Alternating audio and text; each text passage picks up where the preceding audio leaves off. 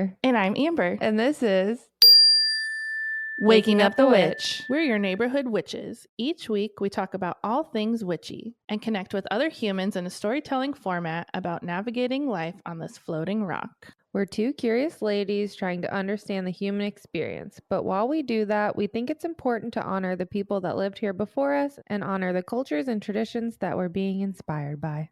This podcast is about waking up the witch, which means we are learning and growing every day. That being said, we are always open to feedback on how we can do better. The views and opinions of our guests don't necessarily reflect the views and opinions of Waking Up the Witch. Now, let's go, ghouls.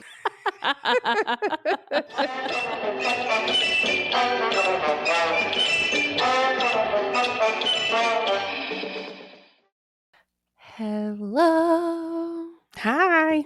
I didn't know how I was going to start. That was kind of aggressive from me. Hi. We'll say, hey, Curtis. Hey, Curdy. We got us a new producer. Again. Bear with us. Fifth time's We're charm. working on it. So grateful. So happy to have him on the team. Shade to the last two, but I just don't think that a young man in that's 19 years old really gives a shit about what we're doing. And so I think that this will be great to have Curtis doing it because he does care about us and he keeps having ideas, and he's like our manager now, it feels like. Yeah. Like he's not just editing, but he's like, hey, Curtis, and that's what we've needed. That we should plug Moonbees, Amber's boutique. Yeah. It is also online, and so anything that you can get in her shop is all online. Ship to you in the U.S. for sure. Yeah. If so you we live will in link... another country, just message me. We'll figure it out. We keep talking at the same time today. You'll figure that out through the episode too. I don't know why I'm the one plugging your business anyways. But well, we're always each other's best cheerleader. I mean, you're just a good cheerleader, period. Hey, give me an M. Give me a B. And okay. Anyways, we'll plug it in the link in the bio, in the description of this podcast that we're doing right now. Moonbees Wellness. If you're local, it will also have all the scheduling options, so you can do that there as well. Yeah, I mean, I own a witchy boutique, and this is a witchy podcast. Yeah. And we're just kind of, we've been amateur in it lately. But now we're professionals. Yeah, Curtis made it. I'm eating. That's not professional at all. That's hilarious timing. This is not an ASMR podcast. How's that tofu or sound? A chewing fetish podcast. Not yet. moonbeeswellness.com. You can also schedule sessions with me virtually, no matter where you're at in the world. And I have a lot of really beautifully it's all artist made, creator made. Like the only thing you're going to find on Amazon that I carry is books and decks because duh. But everything else, I curate the shit out of my shop to support other small magical people and their business. That sounded funny. Small magical people like fairies. Maybe they're fairies. Little people. But yeah, everything's it's supporting another small business through my business. Your laugh is so loud in my ear. Sorry. My ear's still plugged up, so I can't hear my actual sound. It's okay. Which is shitty, but it's fine. Anyways, moonbeeswellness.com, and you can use the promo code Waking Up the Witch and get 11% off on all services and products. Dog. Just for you, my dear listeners, our dear listeners. Hot diggity dog. So sponsored by Moonbees Wellness now. Ta-da! He thinks I should put my affiliate link to Anderson's here, so if anybody wants organic hair care, my husband's making me say this. We'll put it down there as well. The best hair care I've ever used. And I'm not just saying this because you're my friend. Like it legitimately. And I'm so picky about smells and what goes in my products. And I used to use like really crazy natural shit that just made my hair look crappy. And this this product, Innersense, everything they make is so beautiful and it smells amazing and natural, and my hair's never looked better.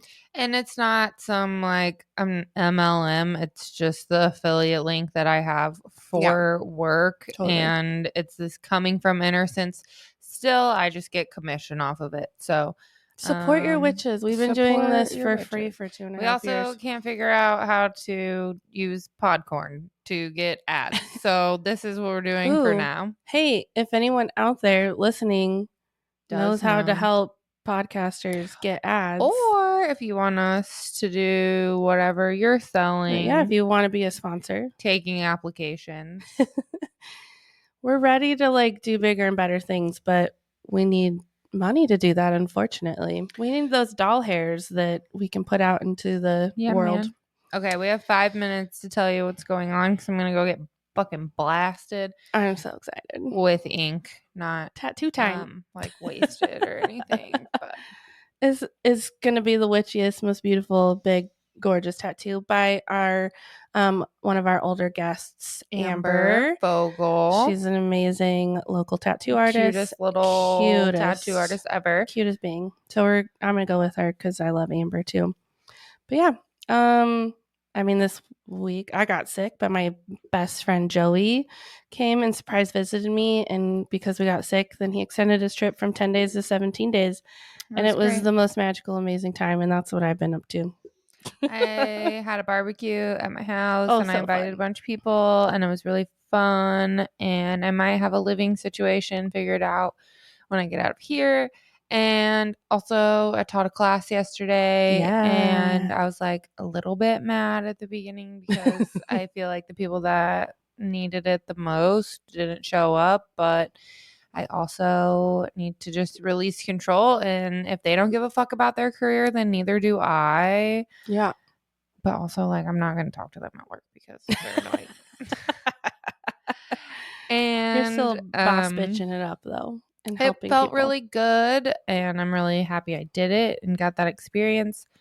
And I'm probably going to turn those to some online courses as well. And I just feel you definitely should. Yeah, like we got a lot going on, and I'm really excited for the future and growth. And that's all I have to say. And enjoy our guest today.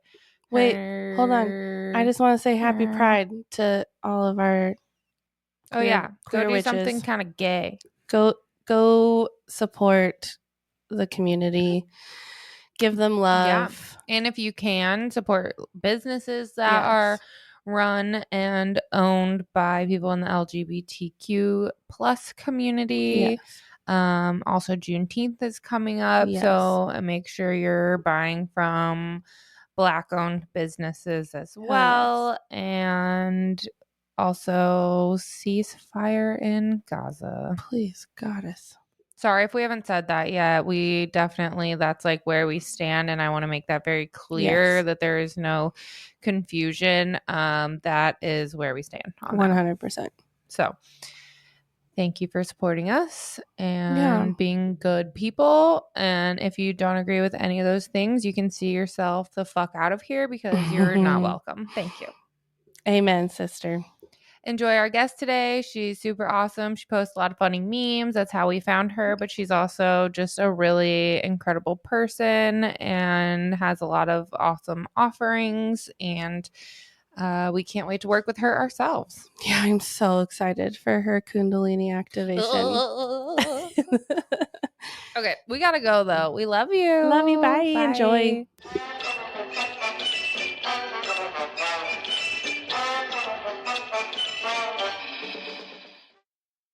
Okay. Go ahead and start by placing your feet grounded on the floor if that feels good for you, and closing your eyes. And we'll take 3 deep grounding breaths to connect our energy, breathing in through the nose and releasing through the mouth. Another deep breath in and release. One last big breath, the biggest one you've had all day. Breathe in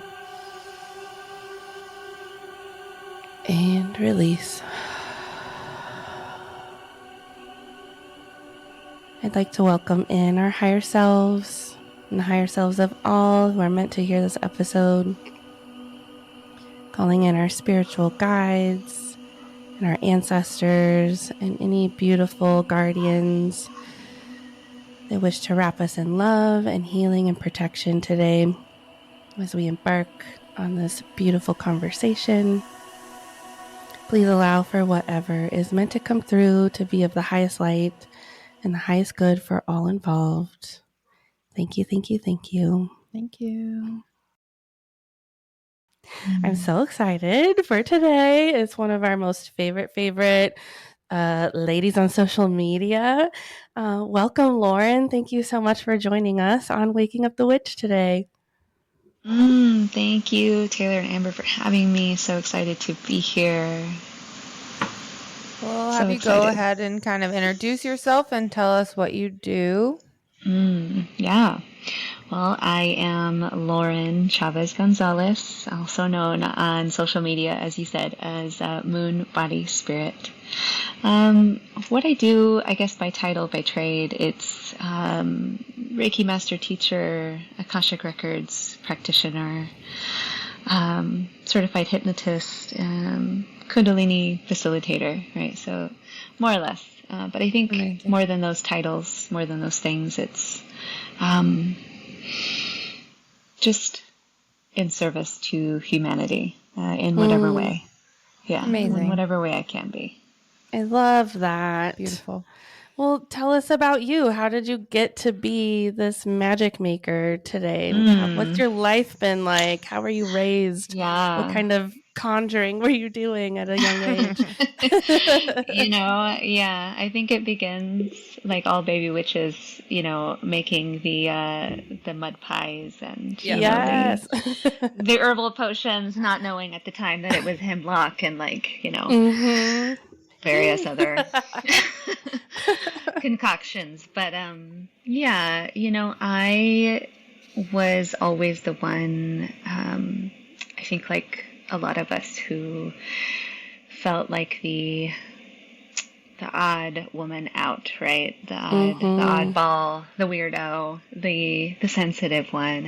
I was called sensitive a lot, and but I didn't really let that stop me. I don't think I could anyway, but I was always just so could easily perceive and read between the lines, what someone was really feeling, what was unspoken.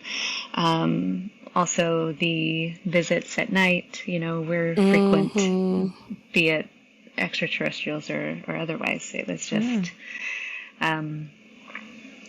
something that happened quite often. But can you tell us about that? Yeah. I definitely want to know about that. It's something that for a long time, it actually created a lot of fear. And the door shut for a while. And then when I connected with hypnosis, I was able to, through age regression, go back and recall bits and pieces of it. And I came to understand through that process that it was connected to a part of my lineage, a part of my soul star system, I guess. These sort of blue beings. But I'm one of those very rare blood types, the RHA negative souls, where, as they say, they're the aliens of the of the earth. Love it. But again, I think that just lends itself to more of that.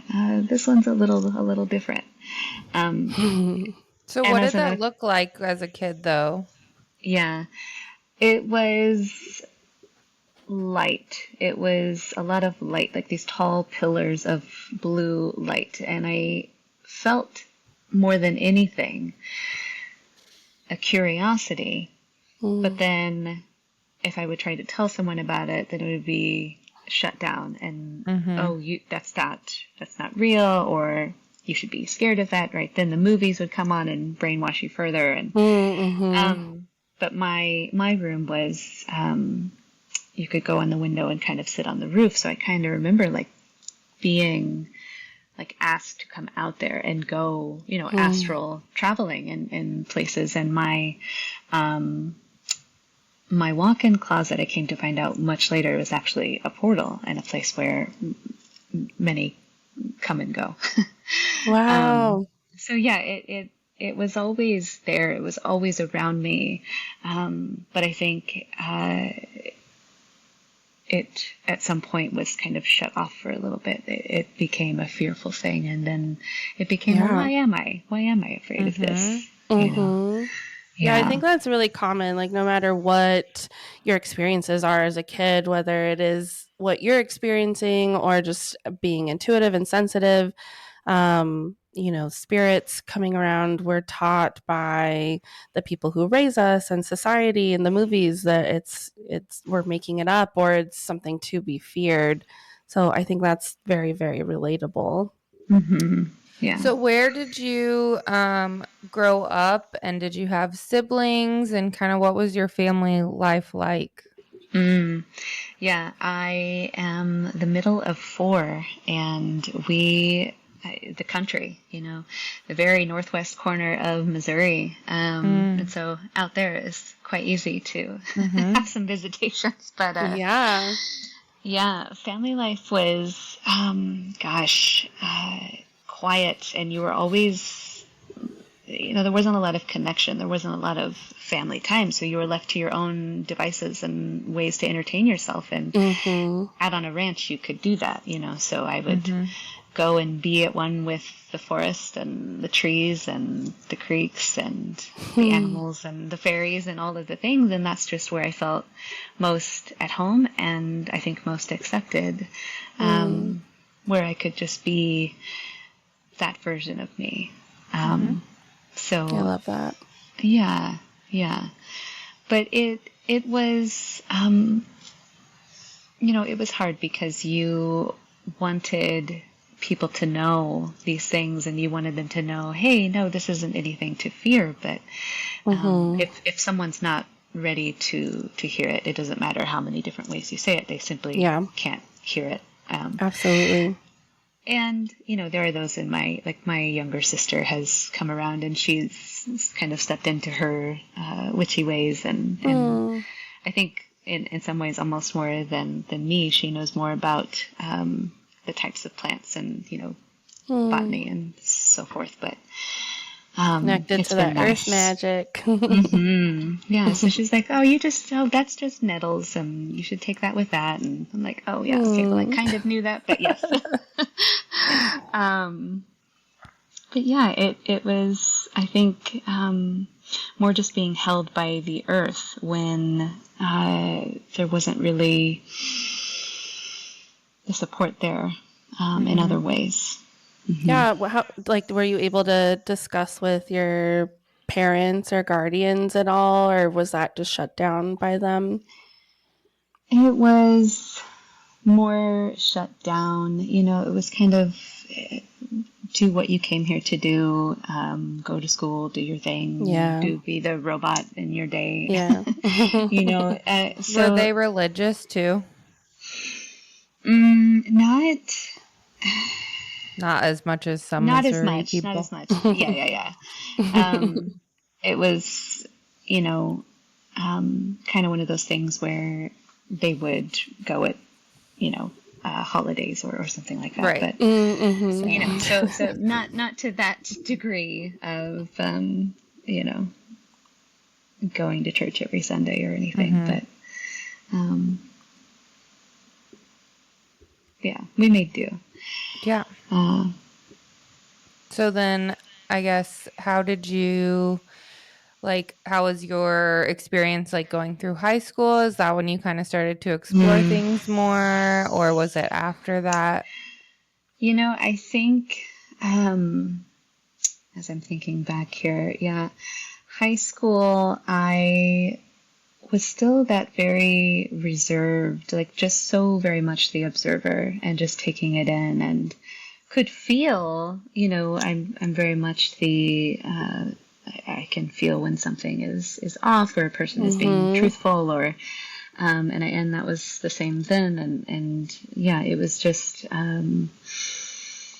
slowly, letting people in. But I think I more stepped into it, in my first year of college. And it was, and this is a trigger warning, but I had a friend who committed suicide, and I was the one who found her. Oh my God, And, I'm so sorry. It was a lot. It was a lot at the time, and I've since spoken with her. But it at the time, you're 18, you are having this experience, and so it can be quite jarring. And so what happened is, I remember I was kind of just processing the event and the details, and staying at a friend's house. And I remember, you're not really sleeping much around that type of thing. And, I was, her spirit came into the room, and it was very clear. It was just like the top half of her body, and she just kind of came floating in and like stood in front of me. She was trying to say, "I'm sorry." I was furious. And so, I get, screaming at her to get out. And of course that shook up the person who I was staying with. They were like, "You see what? Who's there now?" Like, so I think at that point I pretty well had to leave my hometown, because it was so much to take in and to process. And that took me a few years to do so. But I think when something is meant to come through, when you're meant to connect with a part of you deeply, it will keep knocking. Yeah. And it certainly did. And so I would call that maybe the first knock. And the second knock came around, maybe 10 years later. And this was probably another trigger warning, is I think the strongest souls who have gone through the most have a lot of blueprints for people to assist them on their journeys, right? I totally agree. Able to hold the compassion for all. But this was an ectopic pregnancy. And the fallopian tube had burst. I had lost 5 liters of blood. Oh my God. I was pretty well at death's door. Like, I was like, I'm out of here. And what's interesting about anesthesia is it can turn off parts of your brain so that you don't remember these things, right? Well, that worked. However, I wanted to know exactly what had happened, because I knew it was a near-death experience. I knew something had happened, and I was only getting glimpses of it. And again, hypnosis really allowed me to access, these events in my life. When you have certain points that are completely blacked out, you can go back. There is a timing, from a higher perspective, but nonetheless, it was time. And through, again, age regression, I was able to go back and see myself very clearly from a few different perspectives at the same time. So I was simultaneously on the operating table, in the ICU, hovering atop the bed. And it was like all of these versions of me at once. And my grandmother, who had passed probably 10 years before that, and she was telling me, you can go with me, or you can stay. And I was able to see that I was being shown like how certain people in my life would fare if I were to go. Namely, my mom and my sister wouldn't have done very well. And I was really, there was stuff that I still wanted to do. Yeah. So obviously I'm here. I chose to stay. Yeah. But so many chills. It was intense for sure. But through that experience, I was able to clear a lot of fear around death. I mean, but how can you not when you're there, when you have been in that, really just walking from one room into another is truly what it's like. But and so that was the second knock. And at the time I was also in a 7-year relationship that was just going nowhere, that quite frankly should have ended much sooner. But I will say that relationship was also like our soul contract was so that it could Totally. spark exactly that. Mm-hmm. And to bring me into the work that I was always going to step into. So I have a question. yeah. So after that experience, what do you feel like your perspective on death like changed to? Well, I think there was a lot of fear around the unknown or the pain or what is there after this? What do you do? And I think, there was even a book that I was given from my grandma before she died. I was like probably 10 years old. And at the time I think it was Embraced by the Light. And it's an account of a woman's near-death experience. I didn't know then that she was planting a seed and saying, you're going to go through this thing. I'm still going to be here, but in a different way. Holy shit. So many chills. Yeah. And I've since gone back and reread the book, and I've just, it's really been just this, like death is, obviously we want to do what we came here to do, and I believe you will. If you've done everything that you need to do, then I think of it like a graduation. Now it's a celebration.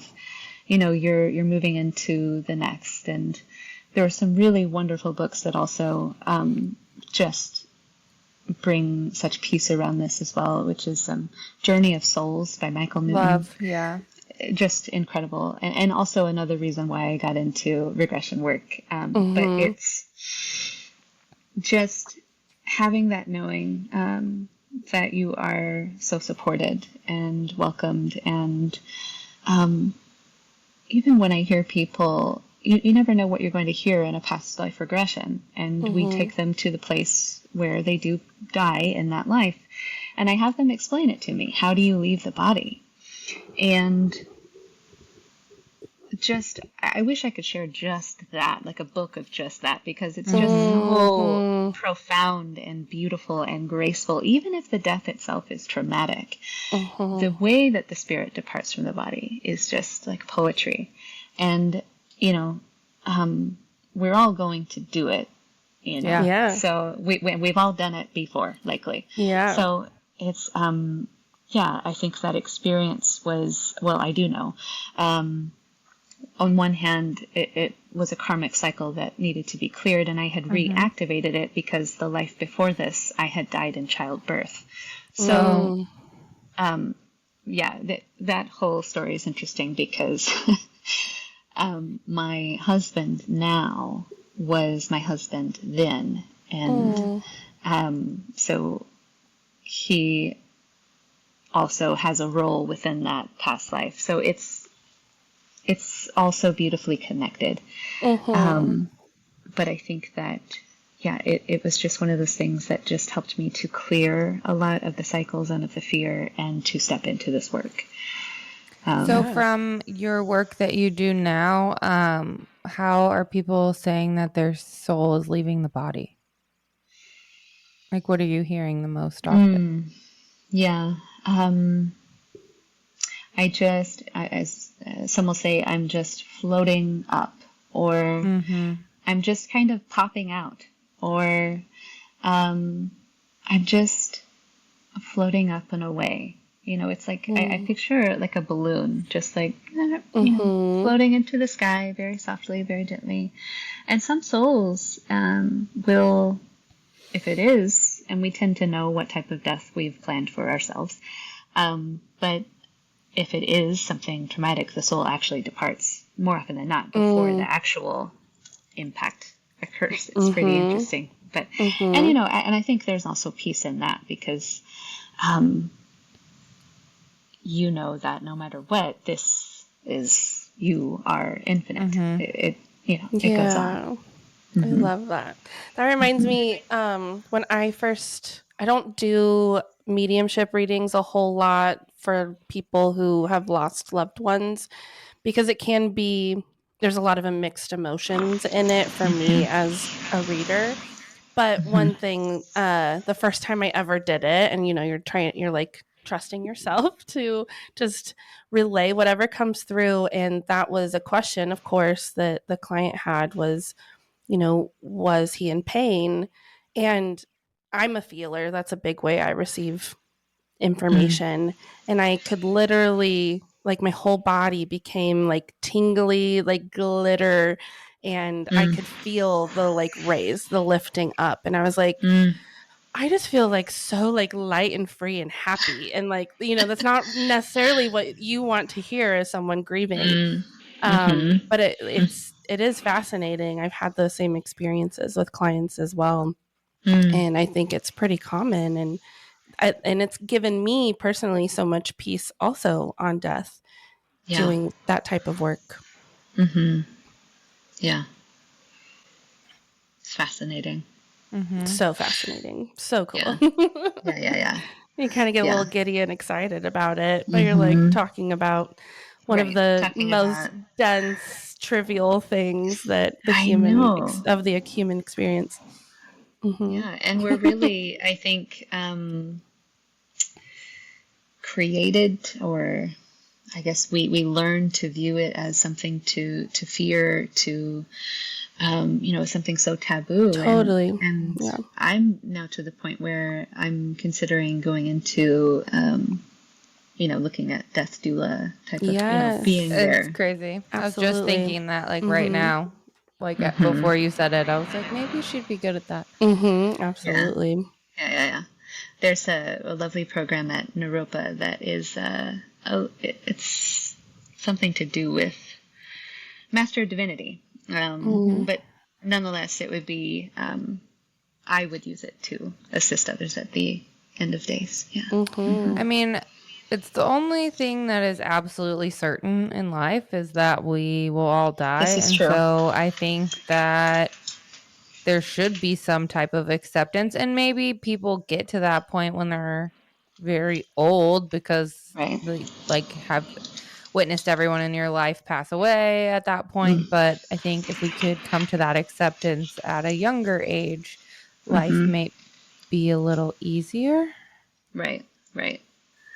And then I think just to go back to my friend who did decide to cut her contract short, I don't, that is also, I think, not the best way to go about a contract, because you'll still have to come back and complete whatever it is you were working on. I know that life can sometimes feel like there are no other answers, but, Yeah, I lost my stepdad the same way in 2020, and I have kind of thought the same thing. Like, you have to probably go through all the same lessons again. And it's also a reason to like, I don't have a better word for it, but like tough it out in this lifetime because you're going to come back and do it again. So it's like, you might as well just do it once. Yeah. If it's that hard, you don't want to have to repeat it. Right. So, we'll go back to your story. We kind of tangent, and I love that for us. But we'll go back through after that, and maybe like your third knock, if there was one. Yeah. Let's see. So after that experience and healing and that relationship ended, it was kind of like, okay, I've been in this relationship where everything's kind of been decided for me. I didn't really have a say, and I didn't allow myself to either, because it's not one-sided. I need to also take ownership of that. But I was able to kind of sit there and think, well, what do I want to do? What am I interested in? And so I went on a solo trip out of the country. I went to Nicaragua for a yoga retreat, and then that led me to Reiki, walking the Reiki path. And I think Reiki is a really beautiful doorway. It can lead to so many other modalities and ways of being of service. I think Reiki will always be my first love, but it also, the next door was Akashic Records and I think around 2020, it was kind of like, I really want to do this. I really want to connect to. I think it's a calling. You're called to that type of work, and so that's just been incredible to access that dimension. And then, of course, hypnosis and Kundalini activation has been even more mind blowing. And I say to Knox as if there's a third, and the thing is, we don't want our journey into the spiritual realm to be something that knocks us on our ass and turns our world upside down and breaks the foundation, but in truth, it often is. But I will say that those are when like anything is possible and the heart can just burst wide open and be like, okay, I have nothing else to cling to right now. What do I want to do from here? And so there's potential, there's possibility there. But the thing is, all my life I've needed that kind of like push off pretty dramatically. It's like the meme, like my spirit guides pushing me off the cliff and then spirit guides catching you also. Quite literally. I mean, back to like swim lessons when I was like 10 years old and we're up on the high dive and I'm up there shaking and crying and I'm like, I can't do this. And this big burly woman comes up behind me and she's like, and there I go. And I'm flailing in the air, swallowing a bunch of water, going upside down. All the things. Come back up thinking, how could you do this? But the truth is, that is how I thought I needed to be pushed into something, into the unknown. Yeah. Or into the next realm or phase of life, season, whatever.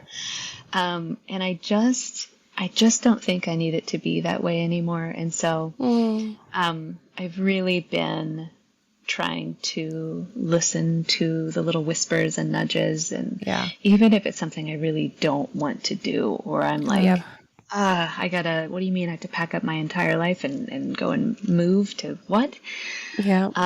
It's those type of things. But I think the more that you fall into that with just trust and knowing that you're supported, again, spirit catching you after they've knocked you off the hill, then I don't want to say it's easier, but to a certain degree, maybe. And that's not to say I don't still have my challenges and my lessons, because I certainly do, right? I'm human just like everyone else. But after a near-death experience, I just don't know that I would need and of course my spirit guides are like, what's that now? No, but I am happy with the road that I'm currently walking, because I think I have a lot to share and to assist others in their journey, because I've been there. I've been at the bottom. Exactly. Many times. And the more you do hard things, the less hard the things become. So it's like the more you make yourself uncomfortable and you just do it anyways, the less uncomfortable you live in that space. Something that helps me too, I actually was telling a friend this today who's struggling, like so much unknown, which like you were saying, like the unknown, there's also like unlimited possibility. But for me, like anytime I'm in that like human nervous system freak out, like what the fuck are we going to do? This is happening right now. I don't know like how we're going to be caught, is remembering to look back on my life of all the times where I was in that same kind of situation where my body was in freak out, fight or flight, and knowing like everything has always worked out. Like once like you have to have your drama moment. You have to kind of like experience the feelings. We don't want to bypass our situation and the feelings that are involved with that. But like once you get through that and you're like, okay, I'm back to trust, then the magic happens. And then the universe is showing up and it's like, okay, I see you. And now here's all the things that you need. It may not be everything that you want, but here's everything that you need, and you're going to be okay for another month. Like, you're not dying. Calm down. Yeah. It helps, though, because I feel like we have so many examples in our own lives of when we've been supported and taken care of. It's true. Yeah. If only we could remember them in the moment. Yeah, we have to have our freak out. Yeah. It's part of it. Otherwise, you're going to burst. So we've heard you talk about a lot of the things that you do and have learned, and a lot of these are probably things that some of our listeners have never heard of. So if we could go through those and have you kind of break those down into bite-size snippets so that people can kind of get more of an idea of what they mean, I would love that. Yeah. Well, I guess we'll start with Reiki. So Reiki, and there are so many styles of Reiki these days, and I think that's wonderful because you can find the one that you're called to. But I was called to Usui Reiki,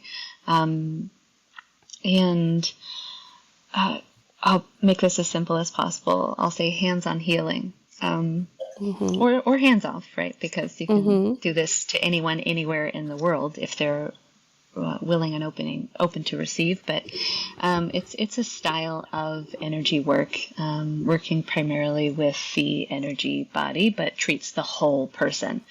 And not something. None of these modalities that I speak of are me as the healer healing you, but rather you as the recipient remembering that you are the healer and allowing the healing to occur. So Reiki's wonderful. I actually pair it with the Akashic Records now.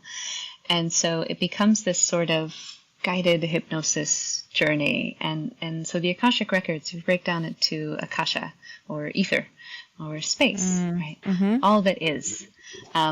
And I think when we hear of the Akashic Records, most people will conjure up the image of the Akashic Library or a soul book. And I think it's helpful to have that imagery, but I think it goes even beyond that.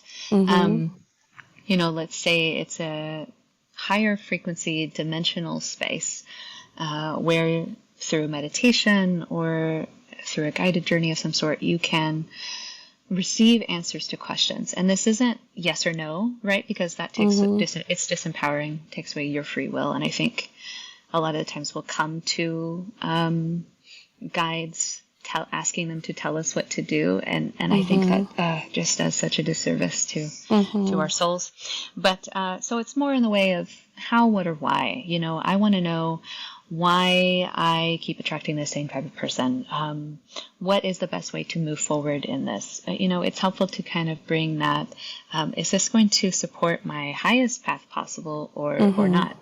And that's not to say there are wrong paths, because every path is valuable. We just tend to take the long way around. But, that's also part of it. Because I think of it like the GPS, and my GPS, for whatever reason, will take us on a completely, extra 30 minutes of time down a gravel road and, take someone's farmhouse. I don't know. It's weird. And someone else's GPS will say, oh, just stay on the highway and then turn right. And I'm like, but the truth is, I think that is the scenic route, and it holds more value because there may be some symbolism there, there may be some lesson, there may be some beauty there for you to take in, and so moments of presence, even moments of presence. Yeah. Have you guys seen the movie Interstellar with Matthew McConaughey? Forever I just watched it recently. That's what I envision the Akashic Records looking like when he's like falling through and there's like all of the books. Like every time I think of it, like that's what my a great brain visual. brings up. Yeah, that's a really great visual. And I think it's helpful when, let's say, maybe being clairvoyant is not very strong for you, all-seeing, because a big part of this work, I think, is coming back to your imagination. And so, can you imagine that scene in Interstellar? Can you imagine a library? Okay, good. So it's accessing the information that is actually inside of you. We do have the answers. It's just, can you drop in enough? Can you release control enough? Can you go into your heart and open your mind and believe that there is something there for you? Because I think the world is hungry for magic again. Is really, the awakenings are happening rapidly now with the solar flares doing its thing. It's, now every being, even Earth herself, like we're in this space of just rapid expansion. And so in that comes, okay, remembering, maybe I am here to do more than just work 90 hours a week and do my lawn on the weekends or whatever, so it's a beautiful remembering. And the Akashic Records is a space where you can kind of check in. What is my purpose? Although I think purpose is many things. Yes. But, and also different to different seasons in your life, it shifts and changes. And I think we'll even break it down into just service, right? But so soul contracts and all of the things and answers to your questions, meeting ascended masters, keepers of your records, loved ones, they're all in this realm, this time space, this beautiful journey that is available. So I pair this with Reiki in such a beautiful way. And then Kundalini activation. This is a whole different animal. And it's incredible. And again, I have a deep love for the other practices, but this is, again, a soul calling. But, think of Reiki or Kundalini breathwork, yoga, Kriyas, things like that. There's an action to achieve a result. Kundalini activation is very much a surrender-based practice. So Kundalini, we think of the serpent at the spine, right? Coiling up. Yes and no. Sometimes we think of Tantra, sacred sexuality, sensuality. Again, yes and no. What we're really talking about here is Shakti. And Shakti is the divine feminine field. It's the divine mother. And so what is that? Well, that's creation and destruction. You might think of the goddesses, right? Kali, Aphrodite, Isis, it's that very powerful energy. Pussy power. Yes.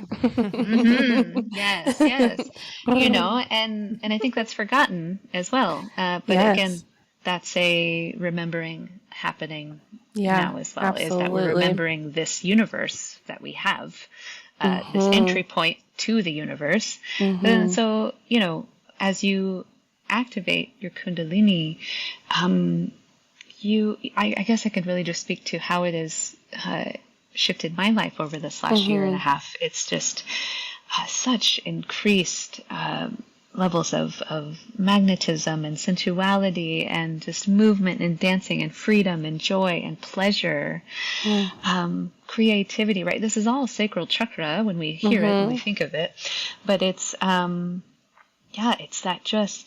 it's raw, pure Kundalini, divine feminine force. Now that's not to say the divine masculine is not there, because that's very important, right? It's the balancing and the merging of the two. And I think that's the ultimate goal. It's not, I am completely in my feminine and I don't take action anymore, right? Because we need the action piece. But can I relax enough and trust enough and be enough and dance enough and play enough, and then take action when I'm guided to? So it's a dance. It's a beautiful, just allowing, I think. And what does that look like in the service? Like, how are you accomplishing that? How are you activating that? Yeah, so similar to Reiki, I'm the channel for the transmission to come through. So I essentially sort of create a vortex of energy, and this is the Kundalini field. And the person, the recipient, lies down. You listen to a playlist. I create the playlist. It's not sound bowls or solfeggio frequencies, although those are wonderful.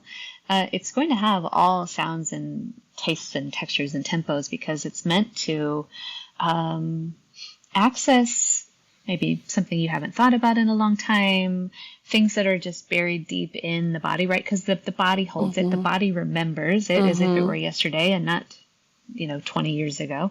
And that's part of what drew me to it was I knew there was still more being held in the womb space that I was like, this is what I need. And again, it's a calling. So, it has just been just profound in just opening there. And so as you're lying down and receiving the transmission and listening to the playlist, there's certain phenomena that can occur. And this is where it can look a bit wild. If you, Google it or YouTube it, you can see people moving around a lot and things are happening and you're just like, what is going on? And of course, you're going to have the people who are saying, oh, she's possessed and, whatever. Yes, okay. Of course. But it's the energy coming in, and as it rises back up, it's a gradual rise versus a rapid release, because that can sometimes be dangerous. This is a gradual. Yeah. So the energy will come up against any rigidities in the body, or let's say blockages even. And so there can be the spontaneous movement, the involuntary movement, the shaking, the stirring, the arching, the, pulsing, dancing, sometimes even. But, and then of course, through the throat, there can be emotional catharsis. So, and it's really giving space for all of those emotions to be felt and heard and released and shouted and screamed even. So it's whatever the person allows themselves to do. And it's not a one and done, okay, now my Kundalini is activated, but it is a practice that you come to as you're called to it. And there's no peak to reach. There's no, it's just this ever unfolding rose that continues to bring you back to your center, to improve your way of being human, of connecting with others authentically from the heart, and being okay with being seen just as you are. But it sounds depends. so yummy. Yeah. Love it. It's wonderful. It's wonderful. And it's usually an hour long. So you've got, you're in it for some time. And is this something that you created, like that was channeled through you, or is it something you experienced and became trained in? Yeah, something that I experienced February 20-something last year. And from that moment, I knew it was an ancient, my soul knew this work. And come to find out, I receive weekly, I still do to this day.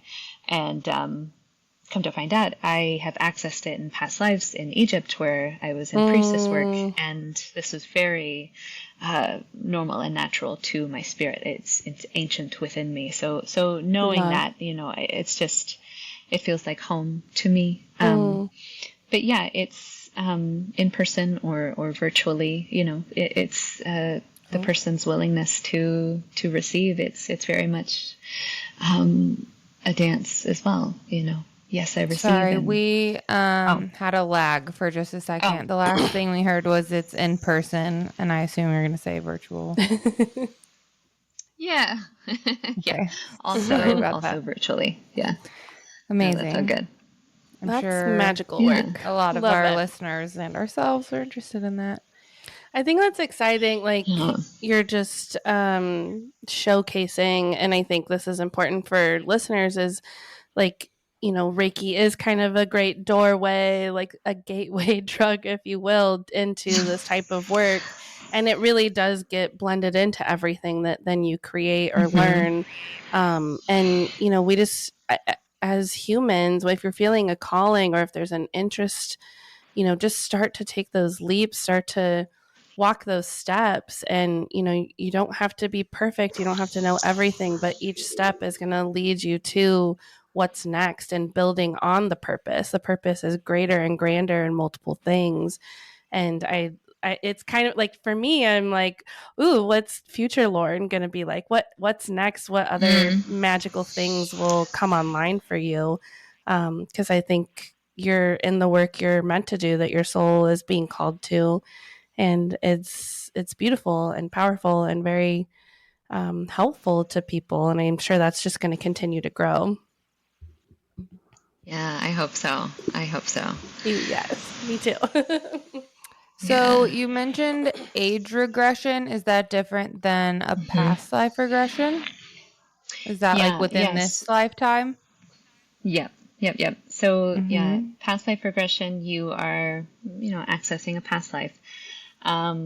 Age regression, we are going back from whatever age you are now and then kind of stepping back. And sometimes it's, a guided meditation where we're literally going down a stairwell and we're going backwards in time. And so we'll stop it, in the intake, your practitioner may ask you, are there certain periods of time that you would like to access that you do not remember? Or maybe there's a memory of a loved one that you really want to go back to. Maybe there's a time you don't want to revisit, although it can be helpful when it's the right time. But, it's so helpful in kind of uncovering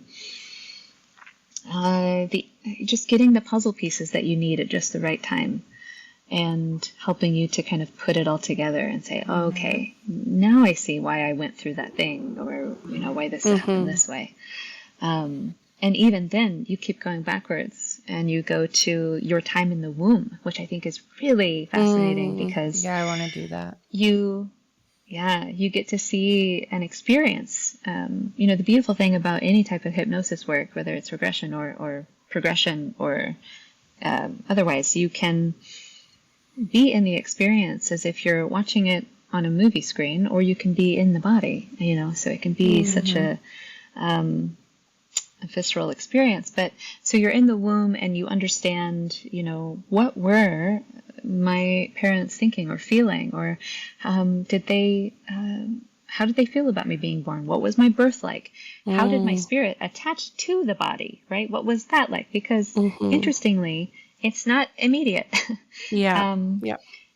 In most cases, you're kind of in and out and observing, and most of them it's going to be about halfway through or right at birth. So it's an interesting thing, the spirit, it just goes to show this body is something that you have chosen, that you've likely were in a room with your guide and they were like, okay, here are your choices, A, B, and C.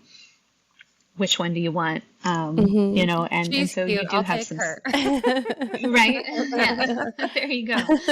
Add to cart. But, it's yes, very much. Yes. I want to add on some things, but yeah, it's it's such an interesting journey to go back through time, and even to be in the interlife space is fascinating, because it's kind of like getting the answers to your life that you've forgotten. And it won't be everything, of course, but it'll surely be helpful things that will, give you the,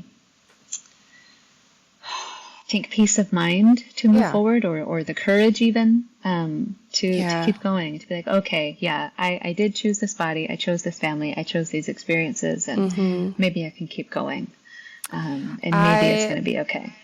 Had a baby about 6 months ago and definitely didn't feel like her soul or spirit was there until she was here. But even just like laying in bed last night, I was just like laying there like, I've missed you. Like, I know you. I've always known you. And I'm so happy that like us three are back together again because like we're just meant to be. I love that so much.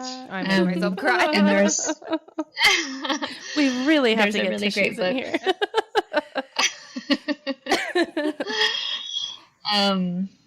The book Babies Are Cosmic is what it's called, and I can't remember the author, she's saved my life, but it's more along the lines of that same like journey of souls. It has case studies of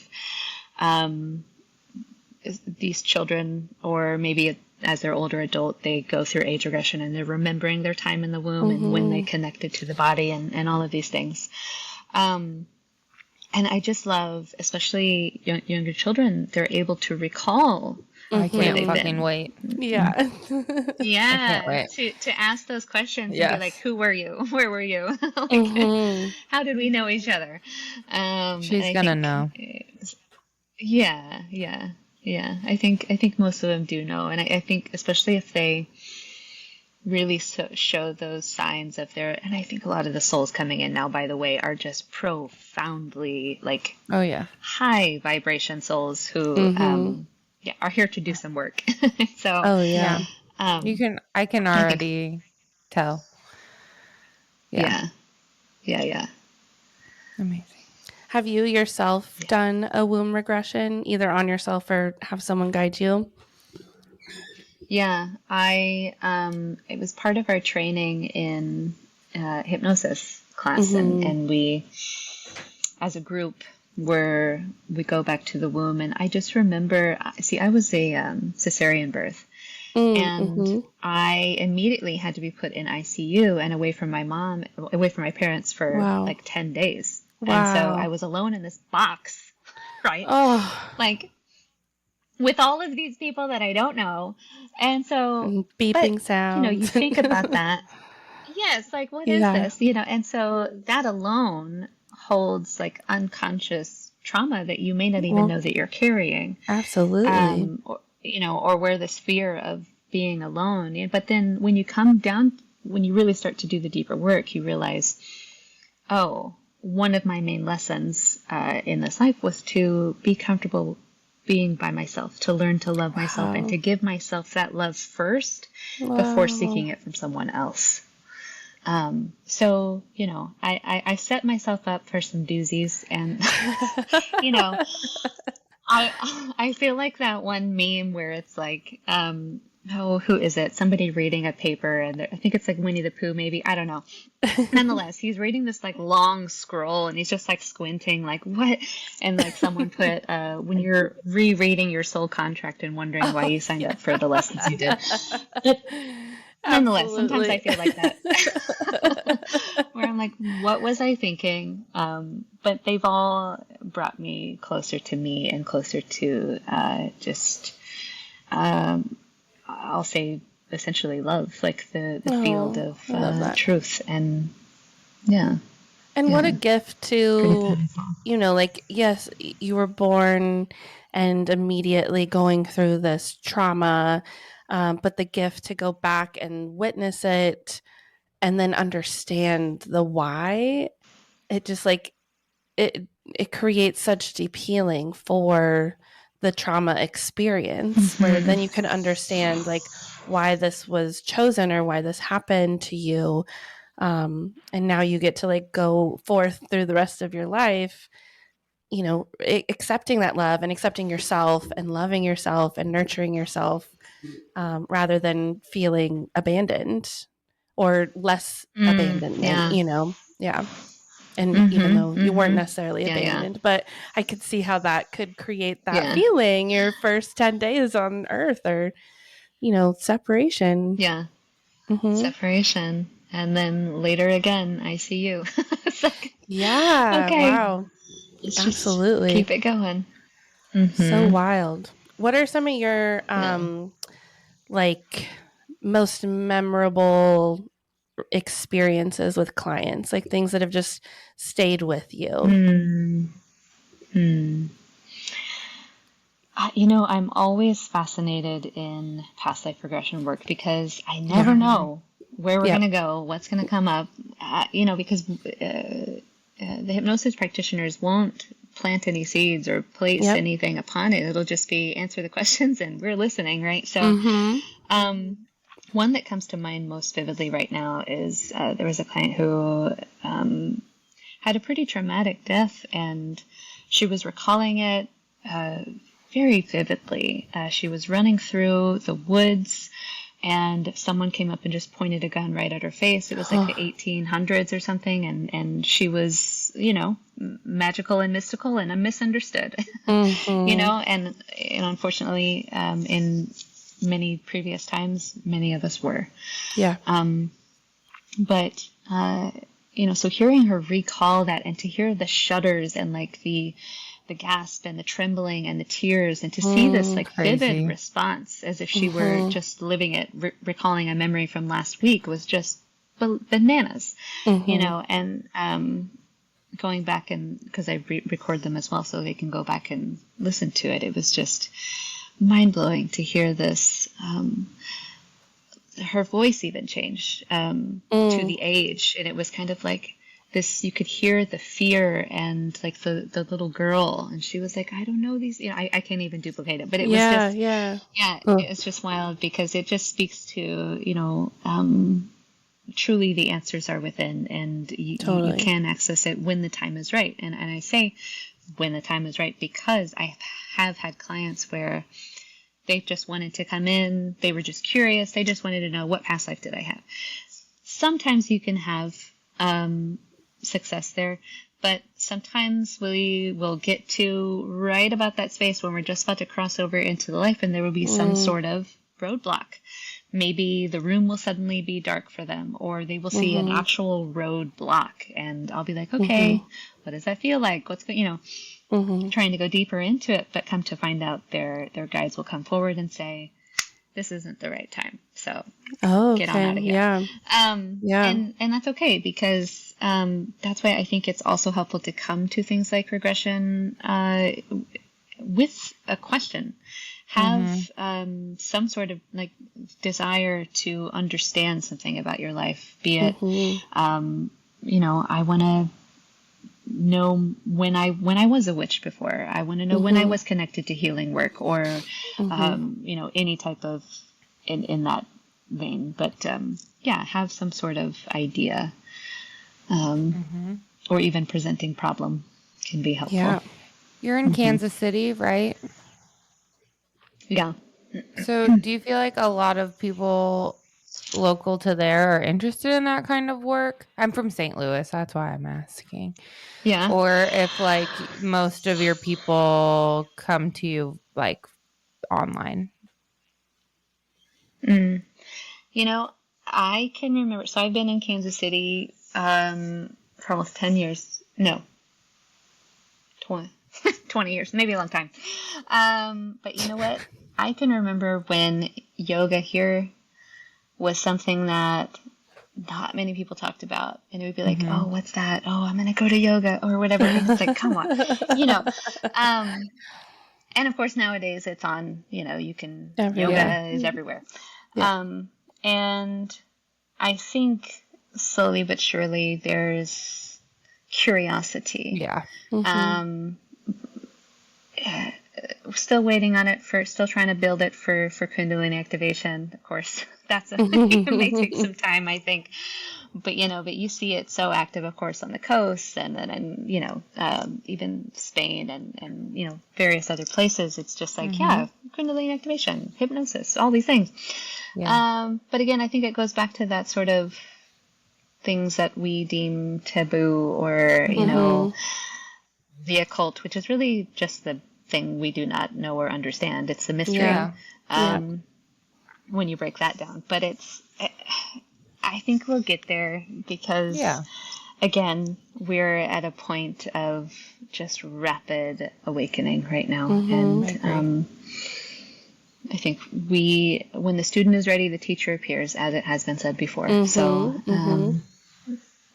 they'll find me if they're looking for me, or someone else, and that's wonderful, as long as they find it and have the courage to pursue it. I love it. Sorry, go ahead. Is hypnosis, like, are you able to do that virtually, or is there is it harder?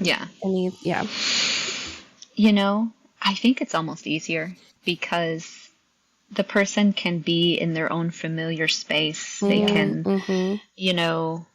that hypnosis in and of itself, a lot of the times when it might not work, and I say that with caveat, because a lot of it's just give yourself permission to do it. All hypnosis is Totally. essentially self-hypnosis. It's just, can you relax enough? Yes. But I think having your own space, wearing a little eye mask, your in-ear headphones, darken your room, do all the things that make you feel cozy and good helps you to drop in even more and all the faster. So 100%. I think even, yeah. Yeah, I have one other question too, and I'm just curious if you've ever worked with a client who literally they close their eyes and they don't see any pictures. Like that, I forget what the term is called, but it's actually a thing where people just can't see. It's more of like drop down boxes of options. Got it. Right. Yeah, that's a good way to put it. That's where there are a few different reasons for that. And a lot of the times it's fear. A lot of the times it's timing. But I also want to look at the other ways of experiencing. And that's where I'll bring them into feeling, or if you could imagine something, what would it be? Because again, it may have been like me, going back to my first experience when I shut it down. Yep. I closed the door. Okay, yep. I just needed to open it again. And that may be true for a lot of people. It's that I think it's our birthright. We're all connected to these other realms and beings. A lot of us have the experiences, but if there was a fearful moment or two, you're going to shut it down. And so then that ability to access is just not really there. But I think it's a revolving door. Right. And it's just right there ready for you whenever you are. So a lot of that comes down to, I think, just safety, and helping them to connect to their imagination again. If that is an issue for anyone who's listening and they're like, I just can't see. Practice, get into the imagination, go into some YouTube for meditation for imagination, things like that, that help you to access that side. Or even, getting creative and coloring like you did as a child, or watching a movie that you watched as a child. Like, turn on those parts of the brain that believe that magic is real and anything is possible, because that's going to be the entry point. I love that. I've had a few clients myself who have come to me, and that is a struggle. And I always feel like it does come back to that. And so I was just curious if you've personally experienced that too, because it can be challenging helping them to tap into that. I do have one in particular. She's so open to it, and she wants it so bad. And she's like, I can walk into a room, I can completely imagine, decorating it and where things would go. But when I'm meditating, it's black. There's nothing there. I'm like, at least with her, I feel like, okay, we are going somewhere. You can vision. But I know someone else who his brain just, that's how he described it, is drop down menus. You can tell me apple and I have apple, orange, banana, in a drop down computer way. He's like, I can't picture it. And it's so fascinating to me. And he's a very spiritually open-minded person. So I've always been really curious, on a human level, how do you help guide people to trying to unlock that better? So thank you for sharing.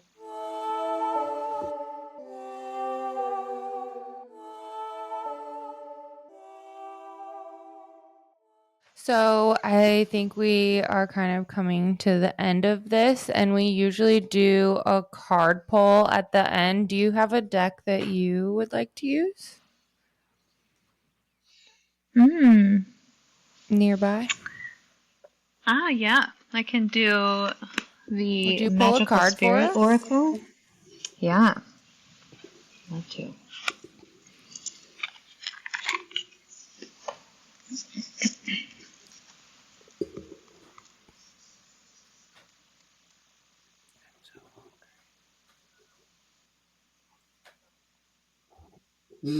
Oh my God. I'm so sorry.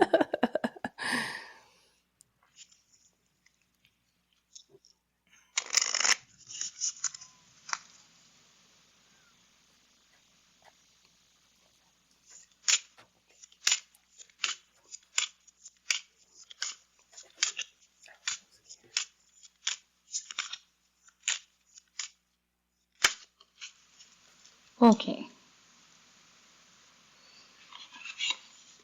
This card is titled Breaking into Bloom. Some keywords here: time, liberation, understanding. This is card number 29. It also says sometimes you will break free before you bloom. So I will. Wow. Well, if that Excuse me. isn't exactly Sometimes what we're talking about. sometimes you will break before you Yeah. bloom. There we go. That is Yeah, you said spot on. something exactly like that. Sounds about Breaking right. the concrete. Yeah. Okay, so let's see here.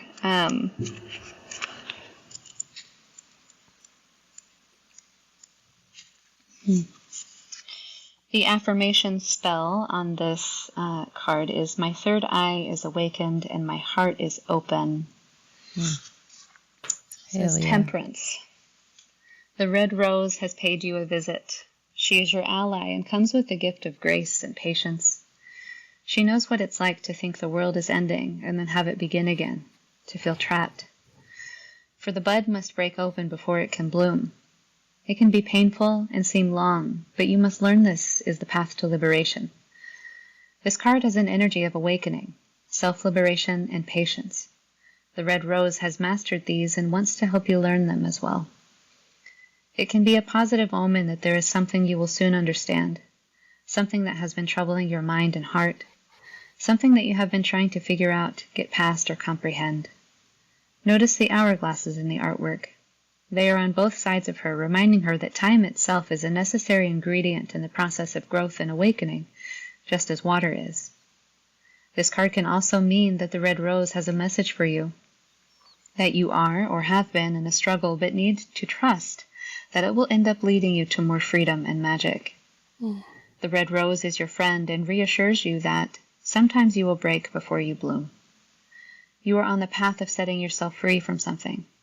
This could be within you, your career, creativity, healing, or your dreams. Notice how the red rose blossoms as an extension of your third eye, your ultimate spiritual center connecting you with the quantum realm. The spirit of the rose is within you. You have the power of understanding what you're meant to. You feel another rose blossoming from your heart, resulting from the awakening of your own self-love during this process.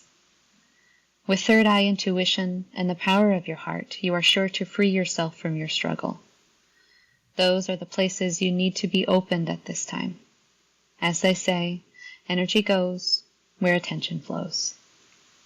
Okay. You should read an audiobook. Your voice is so good to listen to when you're reading.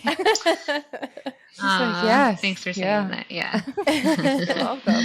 What a perfect card. I love that so much. Yeah. I think I needed that too, actually, definitely. right Yeah. Thanks for pulling that for us, Lauren. Yeah, absolutely. We have two questions that hold on one second. Is there anything that you would like to add before we start wrapping up that you didn't get an opportunity to say today?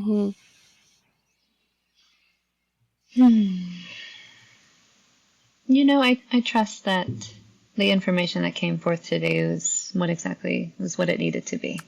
Absolutely. Yeah. Amazing. Okay, go Magical. ahead. Okay, we have two questions that we love to ask all of our guests. And the first one is, what is a thing that you do for self-care that you just can't live without?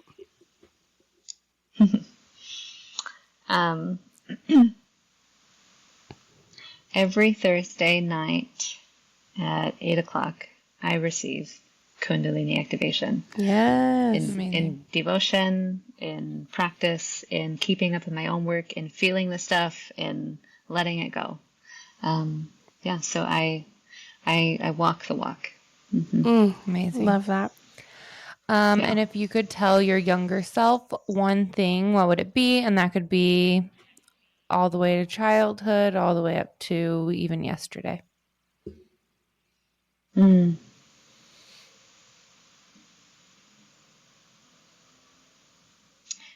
I actually have it tattooed on my arm, and this was in 2008 when kind of I that was kind of reawakened in me to get into the path of spirituality. And I was like, I think it was Wayne Dyer, and he was saying, he was quoting Nisargadatta Maharaj from the book I Am That. And he said, in my world, nothing ever goes wrong.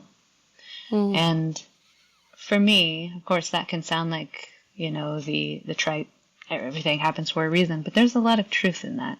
And when you've gone to death's door and you've seen very clearly, why things have happened the way that they have, you can see how each thread connects to the other. And that even though the thing that you're in might seem like the worst possible thing, and why could this happen? How could this happen to me? How could this happen to them? Why is this happening to the world? Most of these things are meant to crack us open so that we remember how to love again, how to have compassion for each other again, to break the walls and the spells and the illusions of separation and division, and remember that we are of the same star stuff. And so I, as much as I can, look down at my left forearm and remember, okay, all right, nothing ever goes wrong, fine. Yeah. That's so beautiful. I love that so much. How can people find you and work with you, and any little bits about that you would love to share here at the end to plug? Yeah, and thank you for this opportunity to be here and to chat with both of you. This has been wonderful. Yeah, thank you. I am on Instagram at Moonbodyspirit, and everything that you are looking for is on there in the website linked in the bio. And so that will be signing up for Kundalini activation virtually, the website to book a virtual appointment, any of the classes, which I do have some virtual classes. I have some free ebooks on there, all kinds of things. So my invitation for everyone is, if you're pulled to something, then you'll know it's for you. Follow the breadcrumbs. It'll lead you somewhere fantastic. I love that. And at the very least, you just get blessed with the most beautifully crafted, created memes on the internet. Yes, so much fun. We love it so much. Well, here's the part where we tell our listeners what to do for themselves today. And today, I just want you to go take a moment to be present with yourself. Take 3 deep breaths in nature and ground into the earth. Go get a giant tattoo. Whoa. But you're afraid of. That's what she's about to do. Yeah, that's what I'm going to do after this. Oh my gosh. Okay. Put your face toward the sun. Yeah. That's and wear beautiful. Maybe some sunblock. There you go. I love it. Thank you so much, Lauren. This was gosh. amazing. Thank you both so much. So much fun. Good luck on your tattoo. Thanks. I'm scared. Yeah. Go jump off that diving board. Yes. This episode has been produced by my husband, Curtis Burgess. Make sure to follow us on Instagram, TikTok, and YouTube at Waking Up the Witch. And if you have any questions, comments, or concerns, please email us at wakingupthewitch@gmail.com. And don't forget to head over to the link in our bio on Instagram for all the ways to connect with both Amber and Taylor. And go to moonbeeswellness.com for all your self-care and witchy needs. We love you. Bye. Bye. Ow.